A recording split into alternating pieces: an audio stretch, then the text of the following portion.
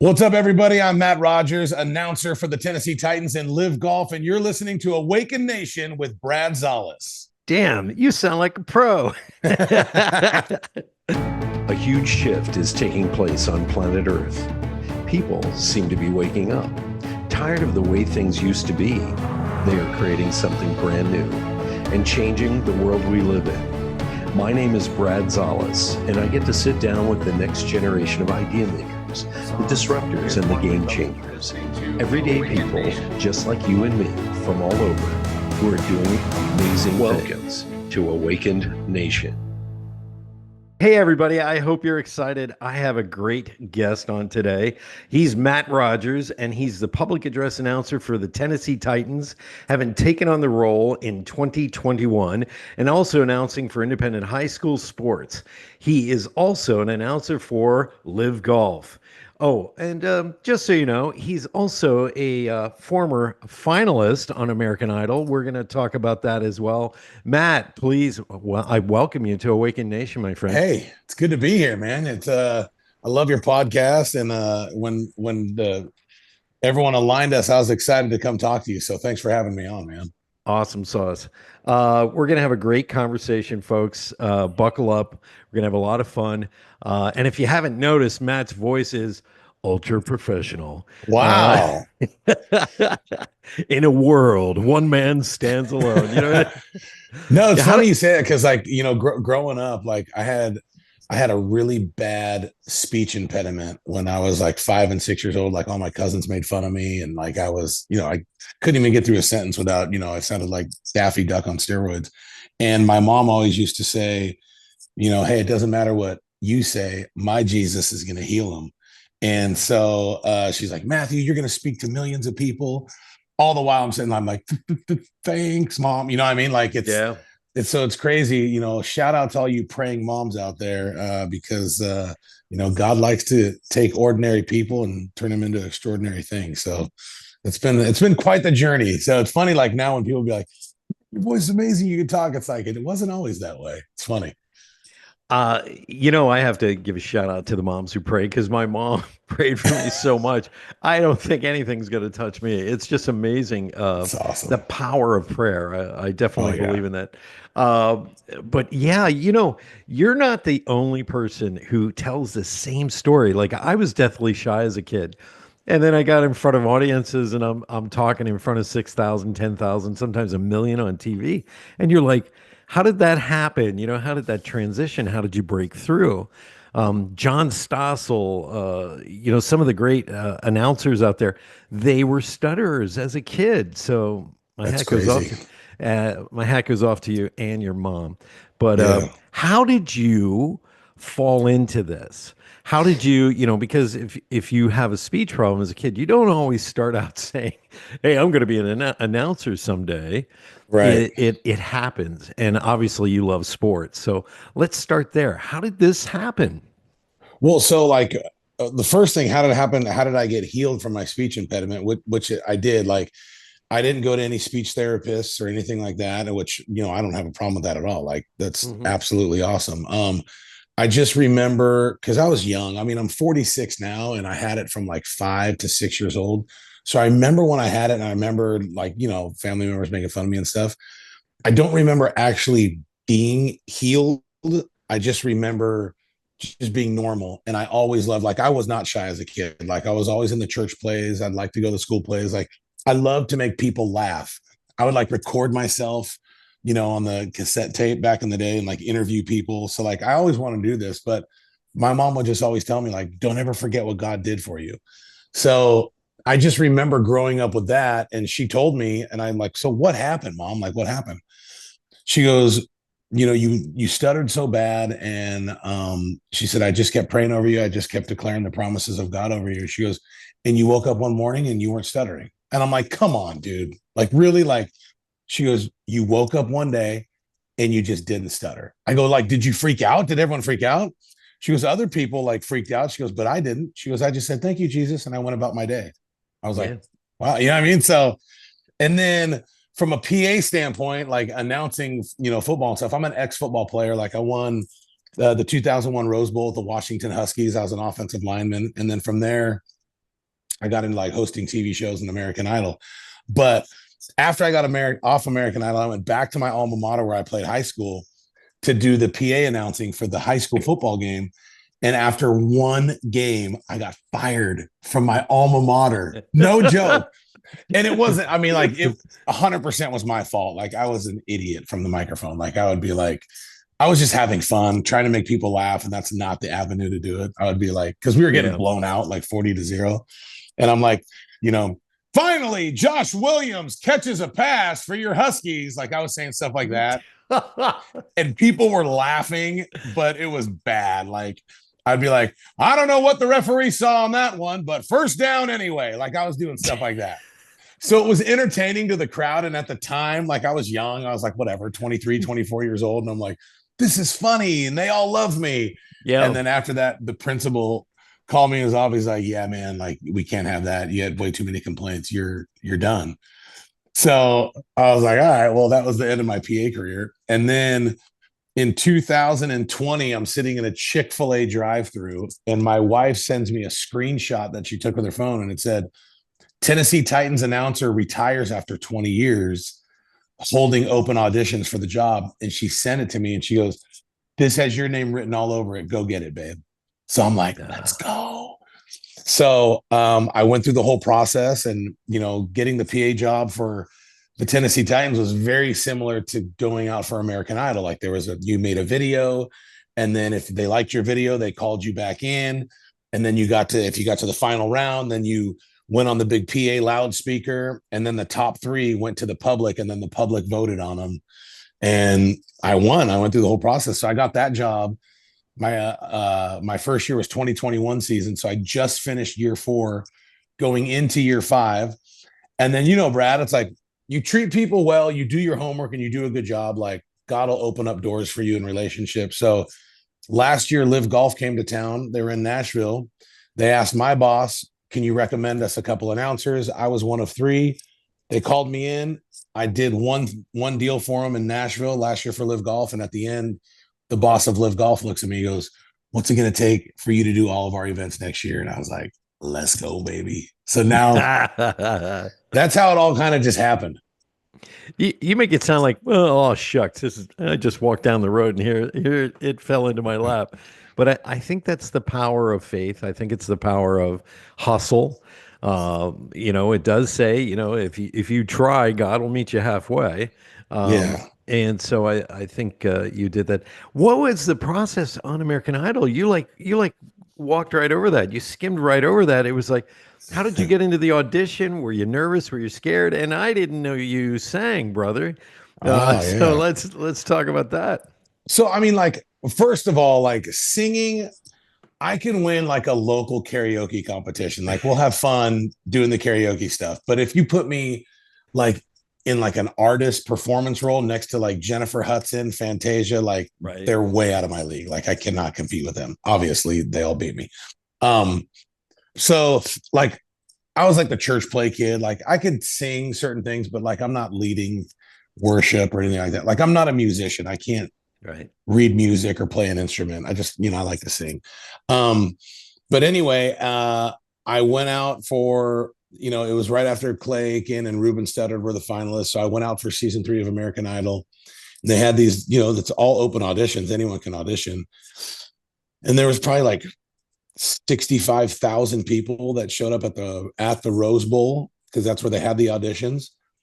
And just, you know, you wait in line and you go through it, and you have all these annoying people singing next to you, and then you got 5 seconds to take your shot. And I did it, and then I got past that round, and then I went to a second round. You had to go like 3 rounds before you saw the judges, which back then was Paula, Randy, and Simon, the OG judges. And I got in front of them, and then I got through to Hollywood, and then you go through Hollywood, and then I made the top 32, and then from there made the top 12. It was awesome. So it was just a process that you just keep going. Here's Matt on American Idol. Roll the tape. Just once, can we figure out what we keep doing wrong? Why we never last for very long? Just once, Can we find a way to finally make it right? Oh, make the magic last for more than just one night. If we could just get to it, I know we could break through it just once. You were dating your then to be future wife back then, Terry. Yeah. How supportive was she? And you probably knew she was yeah. going to be your wife because of that support. Yeah, she was awesome. I fell in love with her, a few months before that. And like I had girlfriends in college and high school and stuff, but like I can never really say like I was in love with anybody. Like Terry for real is the first girl that I knew that I loved. And it was she has an amazing story. Like after college, she battled like addiction. And when I first met her, she was just a different person. And she started going to church. And then one day I was walking, and we were not dating. I was walking in the late service. She was coming out of the early service. And like, I looked at her and I'm like, you look different. She goes, yeah, I feel different. And I go, what's going on? She goes, I think I just gave my heart to Jesus. And I was like, what? Instantly fell in love with her. That was 2003, and we've been inseparable ever since. We just celebrated 20 years together. We dated 2 years before we got married, but that's when I fell in love with her. So the American Idol thing was just kind of like, I was going through it. And it's funny because like after American Idol, you get like this kind of celebrity stardom stuff, right? And like the same old local Chili's that we used to eat at all the time had the same server. I remember going in there after American Idol, and like 200 people were in line to just come up and get my autograph. And she was kind of looking at me and she was like, I don't know, dude, like this is weird. Like I didn't sign up. Yeah. She's like, I didn't sign up for this. And so in the beginning it was weird. And then, we stayed, together, and everything's been, phenomenal. It's, one thing, one of our slogans between my wife and I, like when we'll post the pictures, we'll put like hashtag no vows broken. Cause like, I always tell people like, dude, not only have I never cheated on my wife, I've never even been tempted to cheat on my wife. Like you can put me in Hollywood, you can throw me anywhere. Like, man, there's, a lot of people undervalue commitment and covenant nowadays. And for us, like that's a big, big deal. And I know that God has like supernaturally blessed our marriage because we have stayed, faithful, not just to each other, but to our kids, to our family, to what we do. And there is a supernatural blessing that God does promise. And I'm happy that, he's fulfilled that promise. So I met her in 01. We started dating in 03. We got married in 05. American Idol was 04. So that was right in the middle of all of it. And then after that, our whole life changed. Like I was in mortgage banking. It's like, I'm not going to be a mortgage banker anymore. I'm going to go host TV shows. And Ryan Seacrest was really good to me, man. He gave me my first job as a correspondent for his show On Air with Ryan Seacrest. And then just like the other stuff, I tried out for a Discovery Channel show and I got that. So I was on Discovery Channel for years. And then it just, you stack levels, build relationships, and keep going. So I saw Seacrest earlier this year as they were filming Idol, and it was like a full circle moment because I got to announce the judges coming on the field for a Titans game when we were playing the Patriots. And I'm like, man, isn't it so cool how God works? Like I was auditioning for them one year, and now 20 years later, I'm announcing them. And like they're in my house, the NFL house. And I just went up to Ryan. I hadn't seen him in probably a decade. And I just gave him a hug. And I'm like, dude, thank you for everything you did for me. Like you'll never know how much better you made my life just because you opened the door to me. Like you were kind to me. So after American Idol, I didn't go the music route. I went the hosting route, and Simon, Ryan, everyone from American Idol was just awesome. So It's been great. We're still here, baby. I want to ask this, because we touched on this. TV is an extremely powerful media platform, and you just talked about it. People are lined up. 200 people are lined up to get your autograph, and I just, I don't know about you, but I'm the same person I was from that small town in Pennsylvania. And getting on television or being a keynote speaker, I notice that people seem to have this automatic separation from you in that moment, as if you're something beyond. And it's just not true. It's an illusion that's created. It's an incredibly powerful illusion, because you're the same person who got down on bended knee to ask your wife to marry you. And people now look at you like you're better than us. You're up there somehow in the clouds. I want to talk about that a little bit, because it is weird. And your wife pointed it out. It's like, this, I didn't sign up for this. What the heck is this? Let's talk about that a little bit. Yeah. I mean, like, when you're the person on this end, like, again, like, I'm allowed to talk about faith on this, right? Like, absolutely. Sure. We have a lot of Christian people on this show.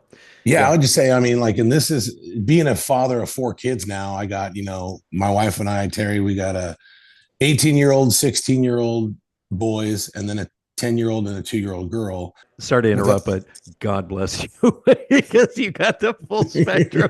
You got teenagers. You got the full spectrum. And toddlers. Holy moly.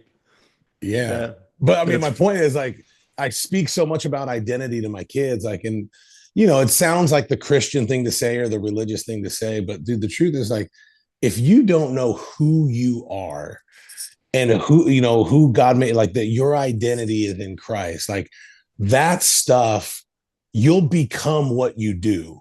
And that's not who I am. Like, I might give a cool speech or do a cool TV show, but it's not who I am. Like, it's just what I do. And a lot of people, whether they're famous or not, like, they become what they do, and they end up being only as good as it's going. And it's kind of like, man, like, that's a scary place to live, because if things are good, then you're good. But if things are bad, you're bad.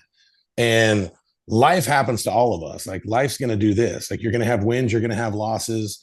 But if you don't know who you are, you're going to be swayed by how life is going. And that's just never how we were intended to live. So like you're saying, like, yeah, when you hit that spot and there's people coming up to you, looking at you a certain way, like, I love being real with them, talking with them, looking at them in the eyes, giving them, their, giving them, like, time and my attention, because, a lot of people don't do that. And it goes to a lot of people's heads, like you said. So yeah, not us, Brad, not us, baby. No, I mean, I will stop and talk to anybody, because I'm from a small town, and my grandfather and my mom, they were people persons, as they call us. I genuinely, when I would stop in New York City and somebody go, "How you doing?" and I would like, "Yeah, pretty good. Let me stop and tell you." And they're like, "What is wrong with this guy? He's freaking talking to me. I just asked, how you doing? All you have to do is say, great, and that's it. We're done. What the hell, And this is what happens. I look at it this way. Everything you're talking about, it's true. I think when you just go through life without God, without Jesus, Holy Spirit, if you're not interacting with that whatever that is, praying, having a communication moment, to me, you're missing out on the great relationship that we all need to have. And I look at it this way: none of the extraordinary things that people have seen that I've done or that you have done could have happened if we didn't have faith, if we didn't pray, if we didn't have that relationship, because most of us stand in what's possible and what we know is possible. When you pray, when you have faith, when you have spirituality in your life and love for God, you step out of that concrete mix and step into impossible, improbable things that make other people's jaw drop and say, how did he do that? Or how did she do that? That's what faith, to me, and praying and having that interactive conversation, good or bad days with the divine, is what takes me to the other level. Let's talk about that a little bit, because your marriage is a testament to this. Right. You and Terry are faith-based, and you raise your kids the same way. And I almost don't know any other way to do it. I mean, I don't know how other people do it in this world. So right. Talk about that a little bit, because it's a beautiful thing. Yeah. Well, I mean, a couple things is, I'm not successful because, how do I put this? Because I don't want the Christian people to freak out or anything like that. But I'm not successful because I have faith. Stay with me. Because there are a lot of people who are atheists who are way more successful than I am, way richer than I am, way more famous than any of us. So it's not, oh, well, I'm this way because I'm a Christian. God has sentenced all of us to success. God is for all of us. But when you don't know who you are, when you get to those levels, it catches up with you. And it says the gifts of God are without repentance. So he'll give a gift to anybody and he won't take it away. He'll let them operate in their gift, and we have free will to choose what we do with that gift. Here's a perfect example. Look at Puff Daddy. Look at Will Smith. Look at Jeffrey Epstein. Look at the other Hollywood producer that crashed and burned. These guys were ultra talented, operating in their gift. They got to the highest of the high of the high. But because they didn't know who they were in Christ, they fall hard. Like Hollywood is crumbling. Like Hollywood is being so exposed when we've looked at them for years of just like, wow, it's Hollywood. You know, a lot of people did.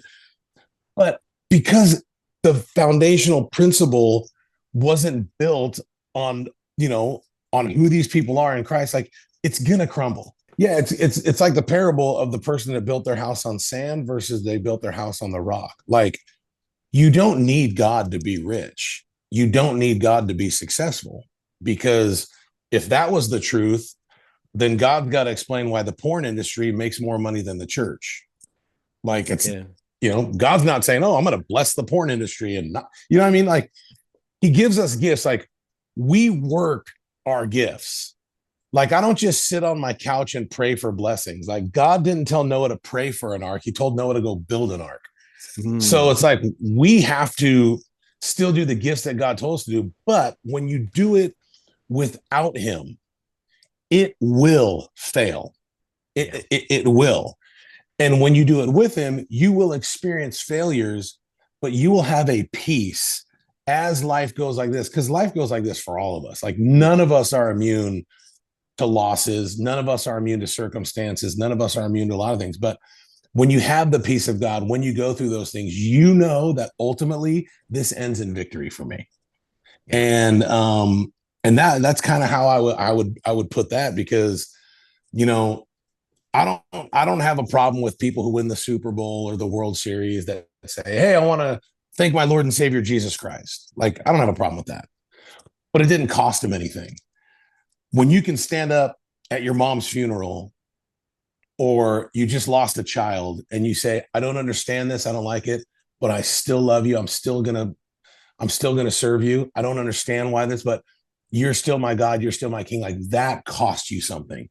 And when you live from that place, like, you will watch an overflow of blessings, you know, overcome you and surround you. It's the ultimate game changer. Like, it really is, because a lot of people have success, but they don't have peace. A lot of people have celebrity, but they don't have peace. Like, I've just watched so many of my close friends that I've been on shows with and this and that, like, they've gone to the top of the top and they want to take their own life because they don't know who they are. They don't have peace. Like, they've reached the pinnacle of everything and they're freaking miserable. And that's what I'm talking about. It's the peace of God that passes all understanding, and knowing that he's for you no matter what I'm going through. So that's and I learned that at a young age. You know what I mean? Like, that's incredible. When I was a kid, I used to talk to God in the backyard. I'd look up at the stars and just start talking. Spirit, you know, I could feel it. Right. And you said a lot of wisdom there. You know, it's everybody has success, or can if they pursue it, but it didn't cost them anything, and it will crumble at some point. And I look around at our country right now, and it's reached the point where, as Chris Widener said in his book, you know, the great American revival is coming. You know, and this doesn't necessarily mean tents and, you know, Jesus, but the nation will turn to God. The nation will turn towards getting back to the values that made us such a great nation that separated us from the rest of the world. Yeah. It's very powerful. How do people get a hold of you, my friend? Where do they go? Everything on social media is Matt Rogers USA. So Mattrogers USA. Yes. Awesome. I want to continue this interview with getting back to the Titans. What's it feel like to announce these games? I mean, it's got to be charged. It's got to be fun, and you got to pay attention to everything that's happening on the field. So let's talk about this. Well, you're only as strong as your weakest link in your team around you, and I mean, I don't have any weak links in terms of the team that we have up in the booth with the Titans. Like, my boss, David Schindler, is just off the charts, man. That guy is creative in his mind. Like, he's super smart and he directs the whole thing. So I pretty much speak the announcements when he tells me to speak. And then from a football standpoint, I have what's called a spotter, and it's my really good friend. His name is Mike Epley. He's the best. Like, I love that guy so much. He's such a good friend, and he's so freaking good at what he does. And he's so passionate. So the flow is, he's constantly watching both sides of the ball, and he's primarily focused on the defense, to where I'm primarily focused on the offense. So I'm watching the quarterback, receivers, running back. So I'll announce like, Will Levis completes a 10-yard pass to Calvin Ridley. And then I'll stop and he'll tell me Brooks. And I'll say, tackle made by Brooks. And then he'll tell me 10-yard gain. 10-yard gain, first down. And that'll be another Titans first down. So he's giving me, like, I'm the voice, like, saying it, but the brains that are working for me to make me sound good, they're just awesome. Like, I can't brag about those guys enough, because like anything else, like, without them, I would sound like an idiot. And I can't watch everything the way that they watch it. They're way smarter than me. Like, I always say, like, dude, I graduated with a 1.96 GPA. Like, I'm an ex-football player meathead. Like, I am not the smartest person, especially in this booth with all these freaking geniuses. Yeah. So they help me a lot. And because they are there, I have this confidence that when I'm speaking, this is the best thing that any of you 80,000 people are going to hear. Like, what I have to say is going to be the best, and I'm going to make it big, and I'm going to make it entertaining, because I know it's freaking good. And then when I got hired, like, the atmosphere at the Titans wasn't awesome, because we have so many people that love to come to Titans games because it's right in the middle of America. Right. It's a phenomenal town to come to. And historically, like, we haven't been, crazy world beaters where it's like, man, it's really hard to win a game in Nashville. Like, that's not, it's hard to win a game in Philadelphia. It's hard to win a game in Green Bay, especially the winter. Like, it's hard to win a game in Pittsburgh. It's hard to win a game in Buffalo. It's hard to win a game in Kansas City. Historically, like, it hasn't been hard to win a game in Nashville. So my goal was to make it hard to win in our house. And I was so happy. Like, the first year I was there, I think we only lost one home game. We were playing the Buffalo Bills Monday Night Football. Yeah. Jeff Simmons stopped Josh Allen on the 1-yard line to win the game. And I'm like, ladies and gentlemen, it was so big. The place was just erupting. So, like, for me, that's what I get jacked from. When I watch the fans just turn it up and make it a hard place to play, I'm like, we did our job. Yeah. And we're not there yet. There's been glimpses of it. And I really do think, especially when we get our new stadium, like, I think we're going to turn it into something really special in the next couple of years. I really do. So I trust football operations that they're going to do the right thing. And then the fans are so passionate when we're good, but it's just, there hasn't been a lot to be excited about lately. So it's tough to announce, to get people excited when they're not excited. That's the toughest part of the job. I agree. Matt Rogers, ladies and gentlemen, here's a sample of his work. Roll the tape. At running back, your two-time NFL rushing champion, number 22, all hail King Henry. There you have it. 6 finalists in the competition, and now the job is yours, Titans fans. You get to choose and tell us who you like for game days on Sunday. Who do you want to hear say touchdown, Titans?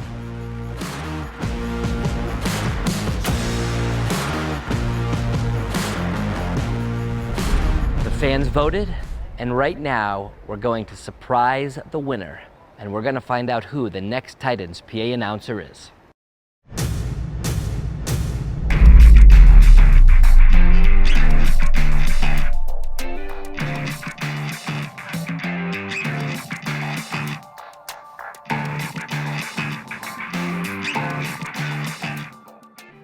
Ladies and gentlemen, if you could please give your attention to the big board. I have something I'd like to say to Matthew Rogers. Matthew, we all thought you peaked at American Idol, and a lot of your teachers thought you'd go nowhere in life. I was on a phone call with a cousin of yours, very, very far distant cousin, and they never liked you very much. And that's gonna be okay now, because you are officially the Tennessee Titan in-game PA announcer. Not a finalist, the victor, sir. The absolute victor. You deserve every bit of this. Let's go! Let's go, baby! Dude, I freaking love you guys. I love Tennessee. I love the Titans. By the way, it's okay for men to cry as long as it's a victory cry.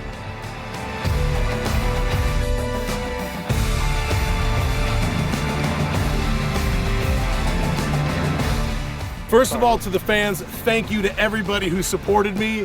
You have no idea just how much I appreciate you and how humbled I am by everyone who supported me. And here's my promise to you, that out of every team in the NFL, nobody will have the passion and the energy that your announcer has. I want to turn Nashville, Tennessee into the freaking Roman Coliseum, because this is where the Titans play, and that's what the Titans deserve. Ladies and gentlemen, your 2021 Tennessee Titans!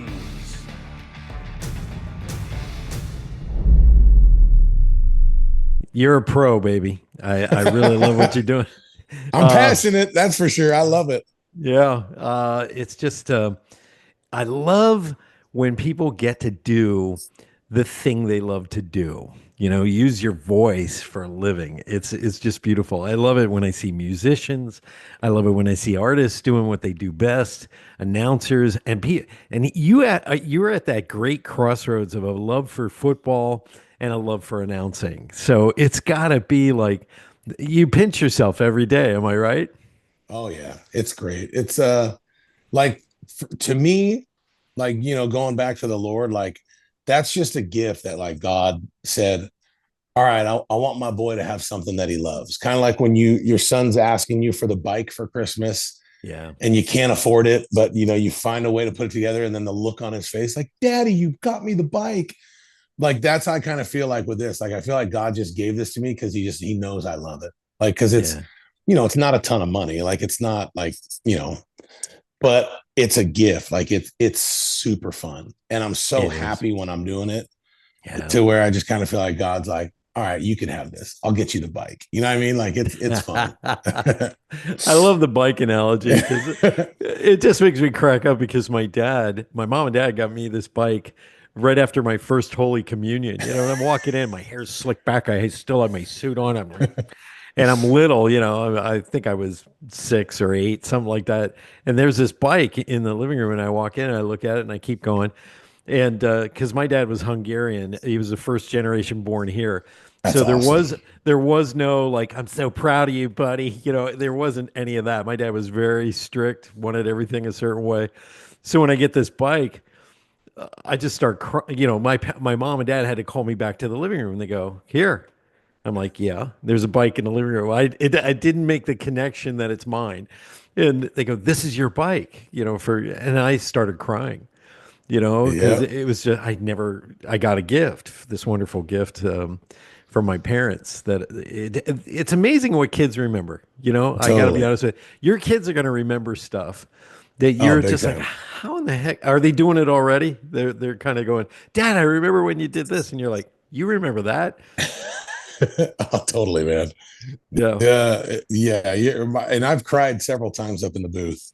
I'll never forget when I got the job. Like a lot of times, as parents, we always tell our kids, like, "Hey, I'm proud of you, son," or "Hey, girl, I'm so proud of you. You're so beautiful." All that stuff. Like, so I've made a habit of telling my kids I'm proud of them. But when I got the job, my son at the time, he was like 11, and he was standing at the top of the stairs, and I had just walked in the door, and it was like the day, so they're waiting, like, "Did you get it or not?" And I walked through the door, and they're waiting for the big announcement.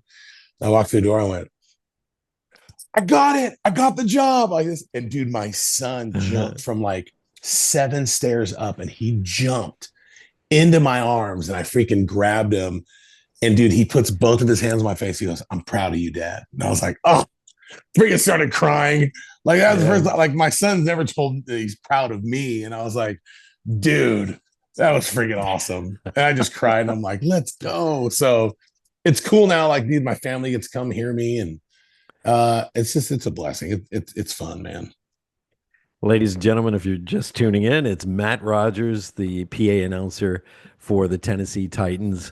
What a great story. I love hearing stuff like this. I'm tearing up as well. I know, right? Yeah, because I've raised a few boys in my life and stepkids, and when they did something astounding, you as a parent, you want to let them know, I'm proud that you did this. Right. Yeah.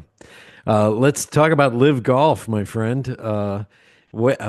You're starting to do this, and you said in your bio you're going to bring the thunder to this. Let's see. It says, with your engaging personality, you're going to help make LIV Golf more exciting and fan friendly. Let's talk about that, my friend. Yeah, LIV Golf is probably the highlight of my life right now. It's one of the things I'm most excited about for several reasons.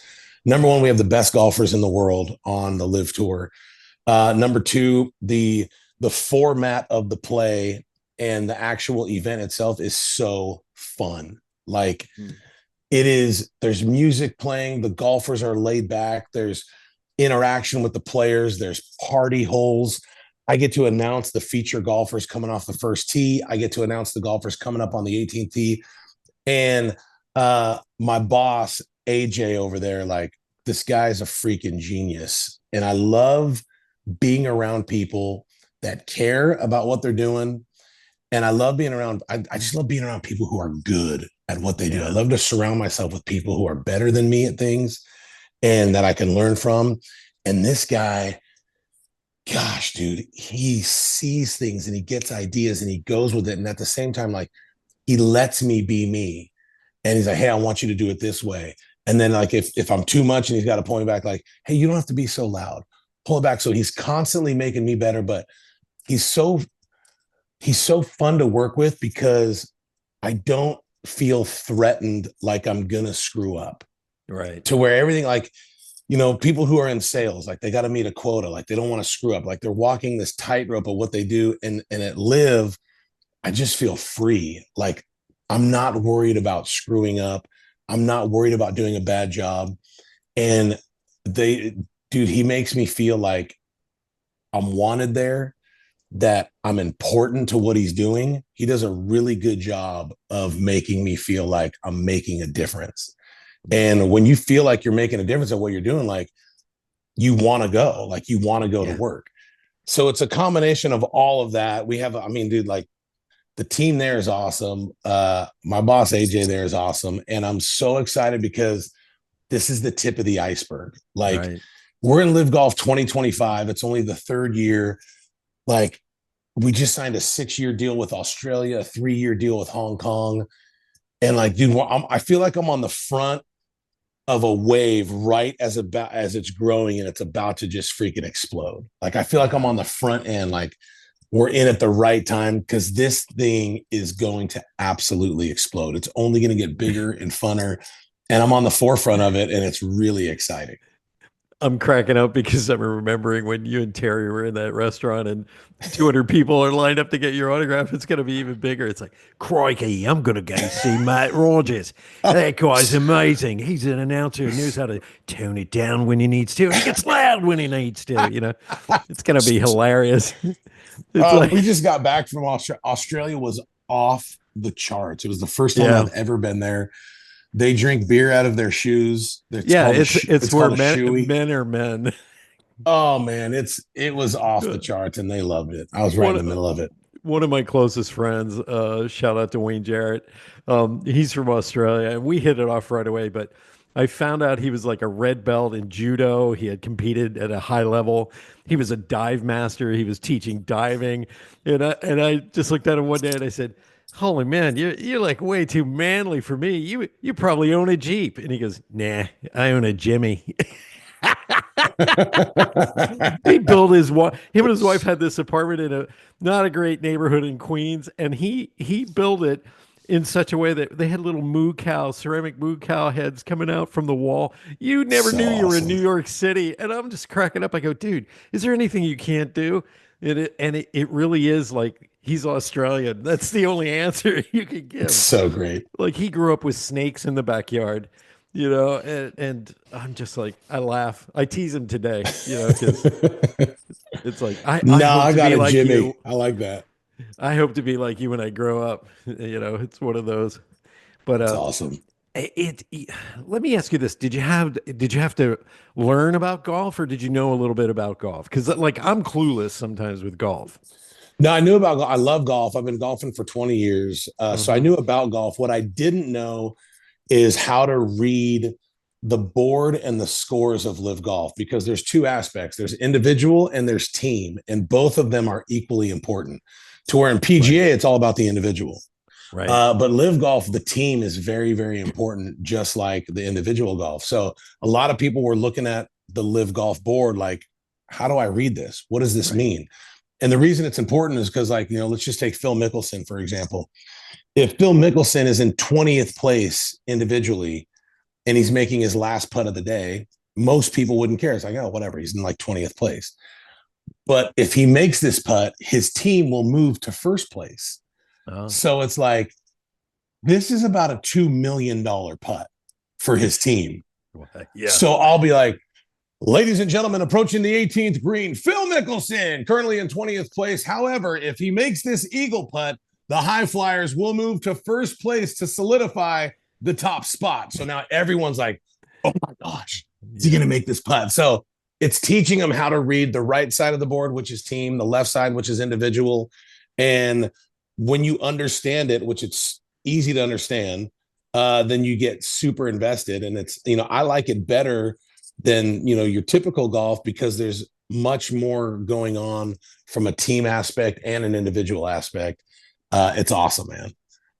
So most times an individual will win from a certain team, but their team won't win. And then a lot of times the whole team will win, which, you know, it's awesome. You could have, you know, 3 guys in the top 10 on your team, but you don't have the individual champion, but you still make as much money. And it's awesome. Wow. So it's kind of like soccer. No, I'm teasing. Right? the bracket system, you know. Yes. I can just hear you, you know, it's like, here we are on the 18th hole, getting ready. We're going to be quiet. We're going to tone down. This is the putt that can make everything. You know, it's like really low announcing. Yes. Which is not your sweet spot. Am I right? No, it's after they make the putt, and I'll be like, and the putt. He nailed it, ladies and gentlemen. Like, I go big. Yeah. That's what I love about it. Ladies Typical golf, you can't do that, but LIV Golf, they let me do it, which is awesome. Yeah.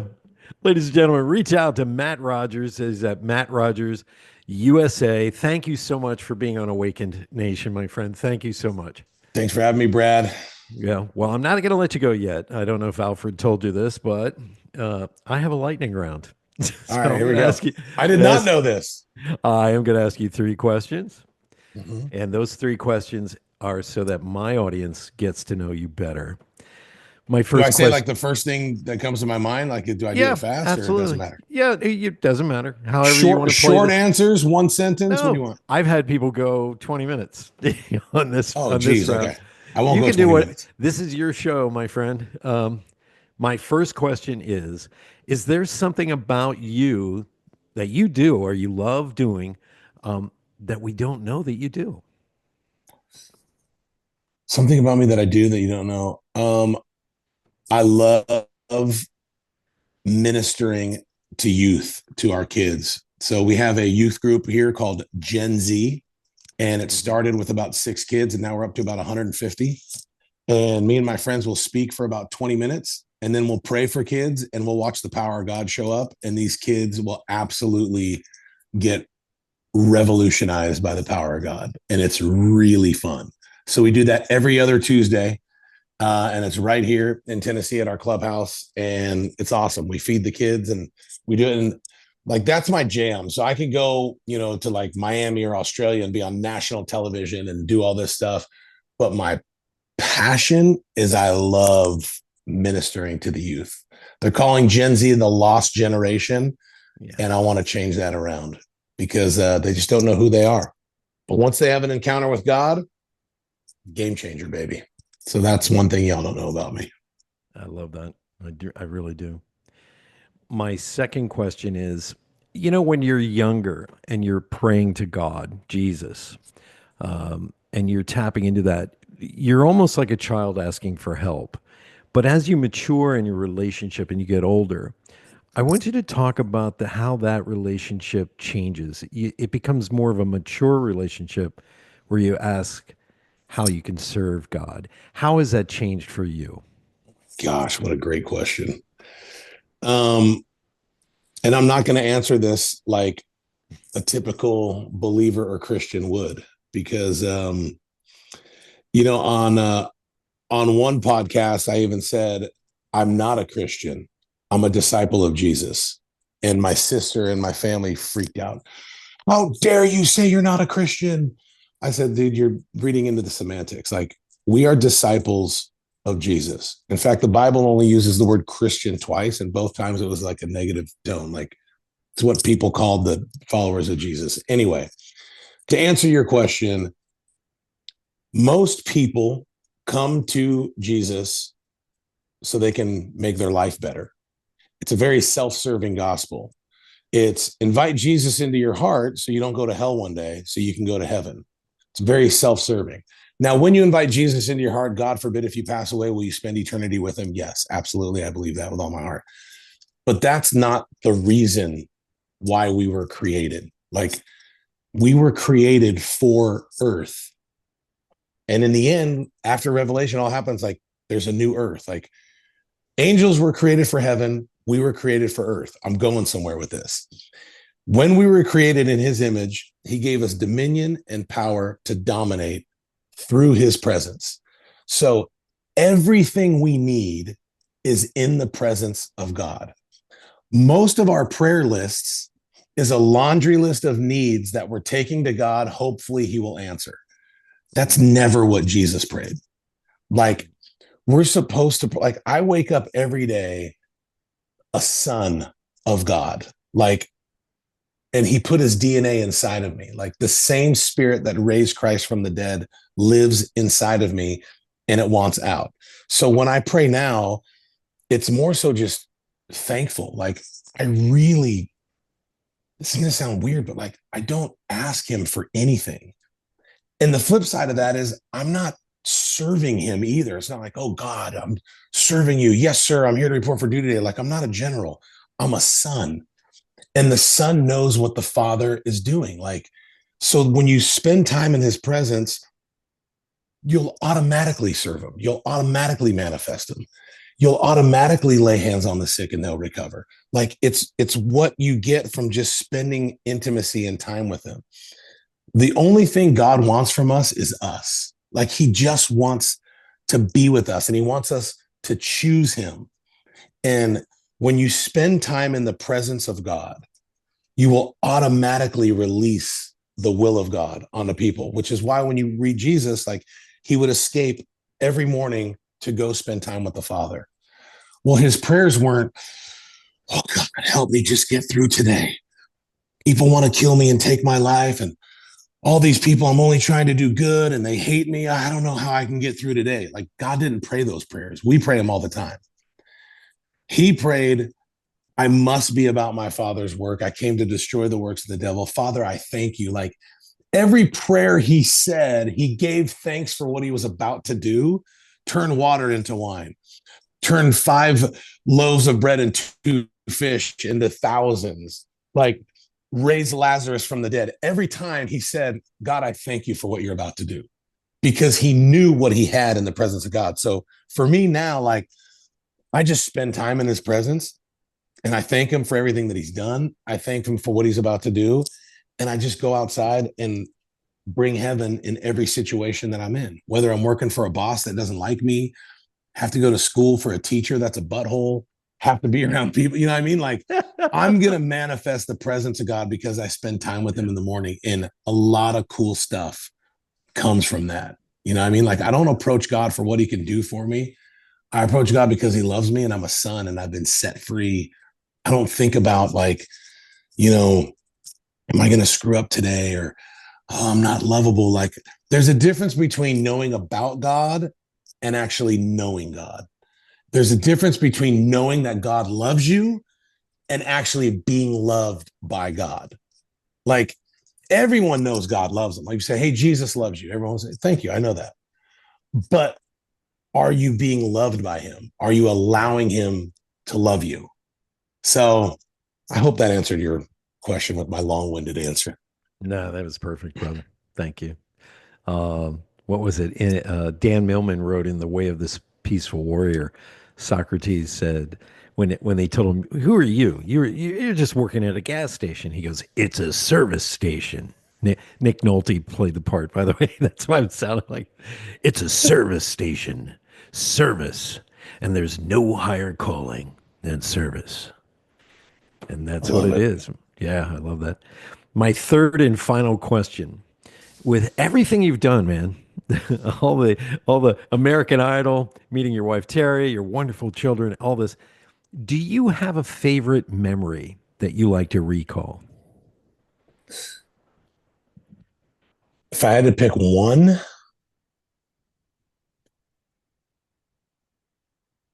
so this happened recently, so I'm gonna say this one.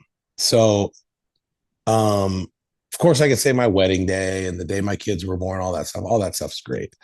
But one thing that happened recently that we didn't even talk about is my 3 youngest kids were born with a rare genetic disease called cystic fibrosis. It's a chronic lung and pancreas disease. There's currently no cure. Back in the day, kids were passing away at like 5, 6. You know, you were lucky if they were getting in their teens. Well, when Mason was born, my second son, who actually just turned 17, when he was born at 2 years old, they said he's going to have to be on a feeding tube, all this and that. And I took a play out of my mom's playbook. I said, it doesn't matter what you say, my Jesus is going to heal him. So if you look at my son today, he's a varsity football player. He's 205 pounds. He's completely jacked. He's never been on a feeding tube. He's just an absolute stud. Well, a year and a half ago, life blindsided us and he got put in the hospital, and they said it's because of cystic fibrosis. The doctor looked at me and said, he has a microbacteria. He's not going to play football. Cancel your summer reservations. He's going to be in the hospital for 3 months. And he goes, if you're lucky, he will beat this thing, but most people die in 3 years. And we're absolutely devastated. This was April of 2023, I believe. Yes, April of 2023. And I remember sitting in the hospital with him, knowing in my heart that this is not the way this story ends. Like, this ends in victory for my son. Yeah. So optimistically, I'm like, well, how do you know it's a microbacteria? He goes, dude, his lung function, everything points to microbacteria. I said, well, it hasn't come through yet, right? He goes, no, but it is. He goes, and I know how you believe, Matt. I know this and that. He goes, I've been doing this for 25 years. He goes, and my superior's been doing this for 50 years. It's microbacteria. And I can't explain it, and this doesn't happen all the time, but I just felt like the Lord was telling me, this is going to turn around. This ends in victory. Misdiagnosis, don't be shaken by this, go after it. Well, Yeah.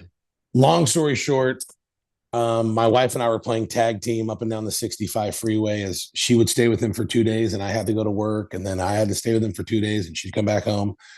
And I was doing an event and he was about 8 days in the hospital and he was getting better and we were getting optimistic. And it was the day that the results were going to come back for whether it was microbacteria or not. And if it is microbacteria, we're in trouble. And if it's not, then can't explain it, total miracle, whatever. Right. And I was hosting a dental summit of all things. Like they paid me to come be the host of this, top 50 dentist in the world, whatever. So I'm on stage and I get off stage and I see the call coming through from the hospital and your stomach just drops. Like this is the moment.